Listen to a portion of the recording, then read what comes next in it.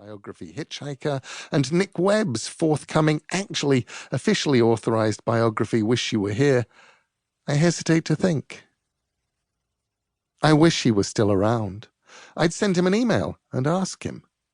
And he'd write back something serious and funny and faintly baffled, all at the same time. Neil Gaiman, July the 8th, 2003. Late. Introduction.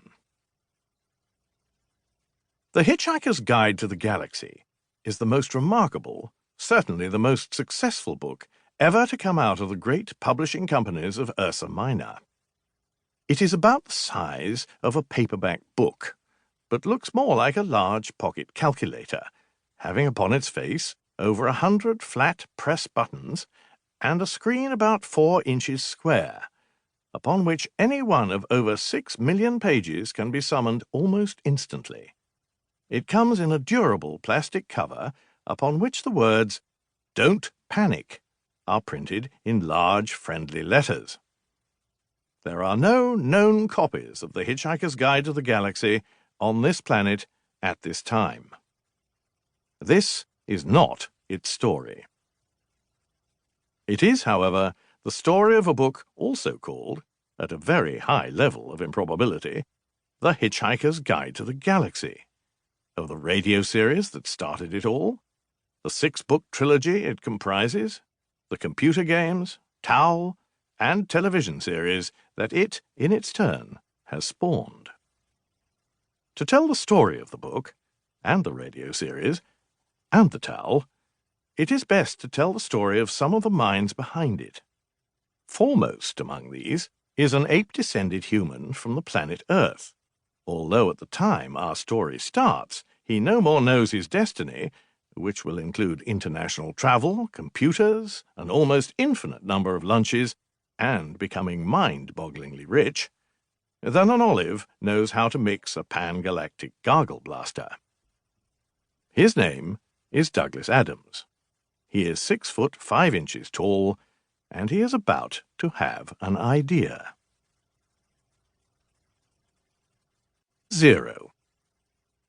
The Hitchhiker's Guide to Europe. The idea in question bubbled into Douglas Adams's mind quite spontaneously in a field in Innsbruck. He later denied any personal memory of it having happened, but it's the story he told, and if there can be such a thing, it's the beginning. If you have to take a flag reading "The story starts here" and stick it into the story, then there is no other place to put it. It was 1971, and the 18-year-old Douglas Adams was hitchhiking his way across Europe with a copy of The Hitchhiker's Guide to Europe that he had stolen. He hadn't bothered borrowing a copy of Europe on $5 a day. He didn't have that kind of money. He was drunk. He was poverty-stricken. He was too poor to afford a room at a youth hostel. The entire story is told at length in his introduction to The Hitchhiker's Guide to the Galaxy, a trilogy in 4 parts, in England, and The Hitchhiker's Trilogy in the US. And he wound up, at the end of a harrowing day, flat on his back in a field in Innsbruck, staring up at the stars.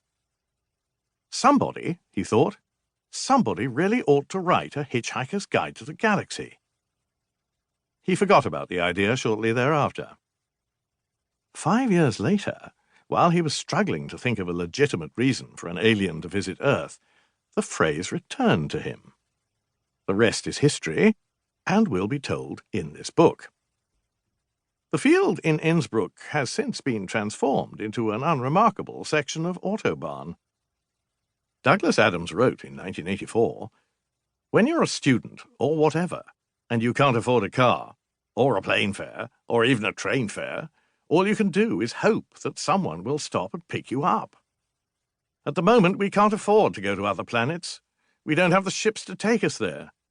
There may be other people out there. I don't have any opinions about life out there. I just don't know. But it's nice to think that one could, even here and now, be whisked away just by hitchhiking."